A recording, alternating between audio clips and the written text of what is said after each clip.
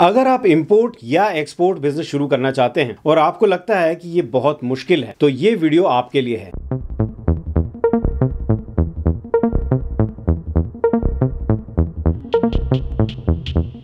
आज मैं आपको 6 सिंपल स्टेप्स में बताऊंगा कैसे आप इंपोर्ट एक्सपोर्ट बिजनेस इंडिया में शुरू कर सकते हैं।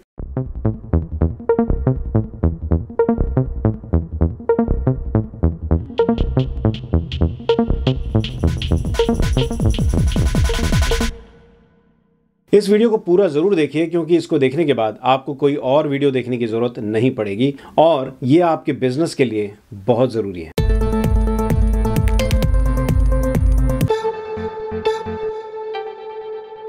Welcome back to the channel everyone. कई लोगों को मानना है कि इंपोर्ट एक्सपोर्ट बिजनेस बहुत मुश्किल है और कुछ लोग सोचते हैं कि ये बहुत ही आसान है। तो ये दोनों बातें गलत हैं। मैं बताऊंगा कैसे। इंपोर्ट एक्सपोर्ट बिजनेस शुरू करने के लिए जिन चीजों की, जिन डॉक्यूमेंट्स की जरूरत पड़ती है, उसके बारे में आपको मैं डिटेल में बताऊंगा। जब भी आप अपने एग्जिस्टिंग बिजनेस को नेक्स्ट लेवल पे ले जाना चाहते हैं तो आपको इंपोर्ट एक्सपोर्ट के बारे में जरूर सोचना चाहिए। भारत का ओवरऑल एक्सपोर्ट अब तक पश्चिमी दुनिया की तुलना में बहुत कम है। भारत में एक्सपोर्ट के लिए बहुत बड़ी संभावनाएं खुली हुई है। दूसरा, इंपोर्ट के लिए भी भारत में संभावनाएं बहुत ज्यादा हैं, क्योंकि कई ऐसे प्रोडक्ट्स होते हैं जो कई देशों में बनाए जाते हैं जिनकी भारत में डिमांड तो बहुत है, पर उनकी तुलना में हमारे यहाँ पे उस तरह के प्रोडक्ट प्रोड्यूस नहीं किए जाते हैं। तो अगर आप इंपोर्ट एक्सपोर्ट बिजनेस शुरू करना चाहते हैं तो जिन डॉक्यूमेंट्स की आपको जरूरत होगी उसमें सबसे पहला है पैन कार्ड। जी हाँ, permanent account number. Permanent account number किसी भी बिजनेस को शुरू करने के लिए सबसे अनिवार्य आवश्यकता है। अगर आप प्राइवेट लिमिटेड कंपनी शुरू करना चाहते हैं तो कंपनी के नाम से पैन कार्ड की जरूरत होगी। पार्टनरशिप फर्म शुरू करते हैं तो पार्टनर्स के नाम पे आपको पैन कार्ड की जरूरत होती है। और इसके अलावा अगर आप प्रोप्राइटरशिप में बिजनेस शुरू करना चाहते हैं, जो कि आप स्वयं हो सकते हैं या आपके परिवार का कोई सदस्य, या जिसके नाम से आप फर्म शुरू करना चाहते हैं उसके नाम से आपको परमानेंट अकाउंट नंबर की जरूरत होती है।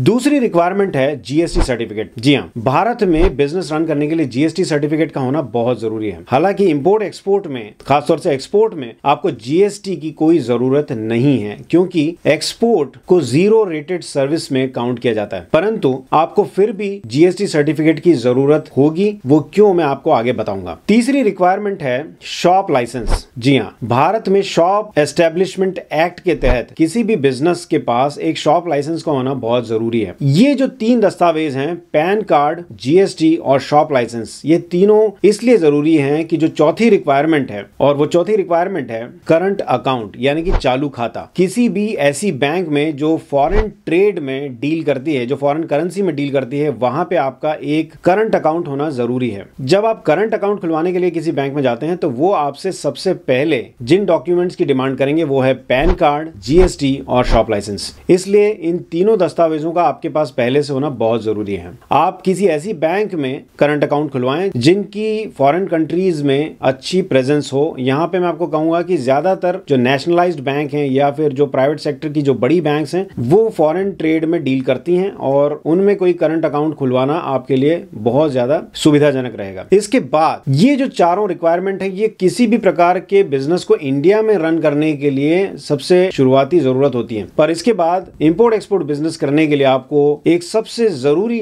दस्तावेज की जरूरत होती है, जिसे कहते हैं इंपोर्टर एक्सपोर्टर कोड, यानी कि आईईसी। इसको प्राप्त करना बहुत आसान है। डीजीएफटी की वेबसाइट, यानी कि directorate general of foreign trade, dgft.gov.in, इस वेबसाइट पे जाके आप ऑनलाइन अपनी जानकारी भर के आईईसी यानी इंपोर्ट एक्सपोर्ट कोड प्राप्त कर सकते हैं। ये बहुत ही सिंपल है और इसमें इलेक्ट्रॉनिक फंड ट्रांसफर, यानी कि किसी भी पेमेंट गेटवे के थ्रू आप पेमेंट करके, एक नॉमिनल फीस है, वो फीस जमा करके आपको ये सर्टिफिकेट तुरंत प्राप्त हो जाता है। अगर आप इंपोर्ट बिजनेस करना चाहते हैं तो सिर्फ इन 5 दस्तावेजों से आप इंपोर्ट बिजनेस भारत में शुरू कर सकते हैं। पर अगर आप एक्सपोर्टर बनना चाहते हैं तो आपको एक छठवां डॉक्यूमेंट है जिसकी जरूरत पड़ेगी, जिसे कहते हैं आरसीएमसी, यानी कि रजिस्ट्रेशन कम मेंबरशिप सर्टिफिकेट। आरसीएमसी, इसको प्राप्त करना पहले बड़ी जटिल प्रक्रिया थी। भारत में कई सारे ईपीसीज हैं। ईपीसी मतलब export promotion council. Export promotion council में आपके प्रोडक्ट जो आप मैन्युफैक्चर करते हैं, जिसकी ट्रेडिंग करते हैं, उसके मुताबिक एक पर्टिकुलर ईपीसी में आपको जाके फिजिकली अप्लाई करना पड़ता था और एक डिमांड ड्राफ्ट या चेक के जरिए पेमेंट करके और फिर वहां से आपको एक सर्टिफिकेट मिलता था जिसे आरसीएमसी कहते थे। और इसके अलावा 9 बोर्ड हैं भारत में जो ये सर्टिफिकेट प्रोवाइड करते हैं, जैसे tea board, coffee board etcetera, और इसी तरह के कई और भी बोर्ड हैं। परंतु 6 दिसंबर 2021 से भारत सरकार इसको एक कॉमन डिजिटल प्लेटफॉर्म पे ले आई है और अब आरसीएमसी प्राप्त करना बहुत आसान हो गया है। भारत सरकार ने जो कॉमन डिजिटल प्लेटफॉर्म शुरू किया है आरसीएमसी प्राप्त करने के लिए, उसकी जो ऑफिशियल वेबसाइट है वो है rcmc.eepcindia। इस वेबसाइट पे जाके आप अपना IEC कोड डाल के फिर जरूरी जानकारी देके एक फॉर्म फिलअप करके आरसीएमसी ऑनलाइन प्राप्त कर सकते हैं। इसका जो पेमेंट है वो भी ऑनलाइन आप पे कर सकते हैं EFT के द्वारा, और इसके लिए जो फीस है वो डिपेंड करती है आपका जो बिजनेस का जो ट्रांजैक्शन है, जो टर्नओवर है वो क्या है या क्या रहने वाला है, उसके आधार पे आपसे अब सालाना फीस ली जाती है। पहले आरसीएमसी जो है वो 5 सालों के लिए होता था, अब इसकी एनुअल सब्सक्रिप्शन फीस है जो आपको हर साल देनी है। और आरसीएमसी जो सर्टिफिकेट है 1 अप्रैल से लेके अगले 1 वर्ष तक लागू रहता है, यानी कि 31 मार्च तक आपका ये जो सर्टिफिकेट है वो वैलिड रहता है और हर साल आपको इसका सब्सक्रिप्शन जो है फीस भर के लेना होता है। इसके बाद जो है आपको उसके असली दस्तावेज यानी कि जो एक्चुअल फिजिकल डॉक्यूमेंट्स हैं वो आपको बाद में सेंड करने होते हैं उसमें बताए गए एड्रेस पे, और आपको आरसीएमसी बहुत जल्द इससे प्राप्त हो जाता है। और इसके बाद आप एलिजिबल हो जाते हैं एक्सपोर्ट बिजनेस शुरू करने के लिए। और आरसीएमसी वो सर्टिफिकेट है जिसके बिना आप एक्सपोर्ट बिजनेस भारत में शुरू नहीं कर सकते हैं। इंपोर्ट अगर आप करते हैं तो आरसीएमसी की आपको कोई जरूरत नहीं है।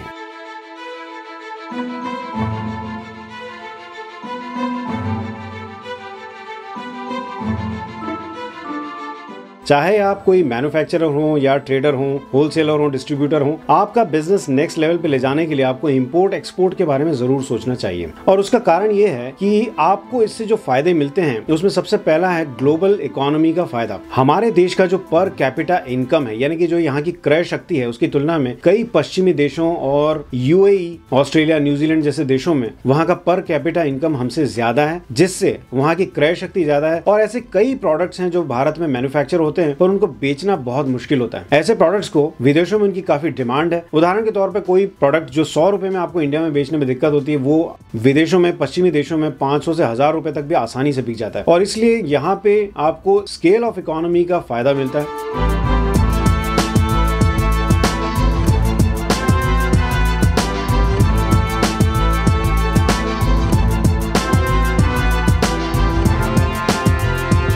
दूसरा ये है कि आप जब एक्सपोर्ट के बारे में सोचते हैं तो आपको एक ऐसा मार्केट प्लेस मिल जाता है जो 365 डेज रन करता है। कई चीजें जो होती हैं वो सीजनल होती हैं। उदाहरण के तौर पे भारत में अगर आप वूलन क्लोथ्स में या जो गर्म कपड़े होते हैं उसमें आप बिजनेस करते हैं, कोई मैन्युफैक्चरिंग करते हैं या ट्रेडिंग करते हैं, आपको पता होगा कि भारत में एक सीजन है नवंबर, दिसंबर, जनवरी, फरवरी, ये कुछ 3-4 महीने हैं जब भी आप ये प्रोडक्ट्स इंडिया में बेच सकते हैं। इसके अलावा जो है वो ऑफ सीजन होता है। परंतु अगर आप एक्सपोर्ट करते हैं तो कई ऐसे देश हैं जैसे सदर्न हेमिस्फीयर, दक्षिणी गोलार्ध के जो देश हैं, दक्षिणी अमेरिकी देश या फिर ऑस्ट्रेलिया, न्यूजीलैंड, जब भारत में गर्मी का सीजन होता है उस समय वहां पे सर्दियों का मौसम होता है और उस समय वहां पे वुलन कपड़ों की डिमांड होती है। तो इस तरह से जब आप इंटरनेशनल जाते हैं आपके लिए कई अपॉर्चुनिटीज खुल जाती हैं।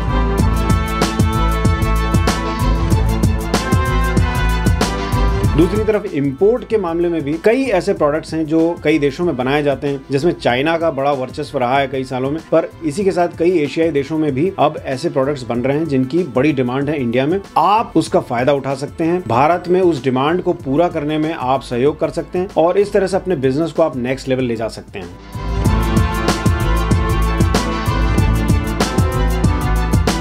और कुछ लोग जो नए सिरे से इंपोर्ट एक्सपोर्ट बिजनेस शुरू करना चाहते हैं उनके लिए भी ये अपॉर्चुनिटी हमेशा खुली है और बहुत कम इन्वेस्टमेंट में आप ये बिजनेस शुरू कर सकते हैं। मैं अपने आने वाले वीडियोस में आपको डिटेल में जानकारी दूंगा कि ऐसे कौन से प्रॉफिटेबल बिजनेस हैं जो इंपोर्ट और एक्सपोर्ट में आप शुरू कर सकते हैं और उसमें क्या क्या दिक्कतें आती है, उनको कैसे हल किया जाए। तो अगर आपने चैनल को सब्सक्राइब नहीं किया है तो अभी सब्सक्राइब कर लीजिए और बेल आइकन जरूर दबा दीजिए ताकि आपको मेरे आने वाले सभी वीडियोस की नोटिफिकेशंस तुरंत मिल सकें। अगर वीडियो अच्छा लगा है तो लाइक और शेयर करना मत भूलिएगा और कोई सवाल है तो कमेंट लिख के बताइए, मैं आपको उसके आंसर करने की कोशिश करूंगा। और हमारी वेबसाइट akhilmantra.com को विजिट जरूर कीजिए, उस पर आपको कई बिजनेसेस के बारे में जानकारी मिलेगी। वीडियो को इतना प्रेम पूर्वक देखने के लिए आप सभी का बहुत बहुत धन्यवाद।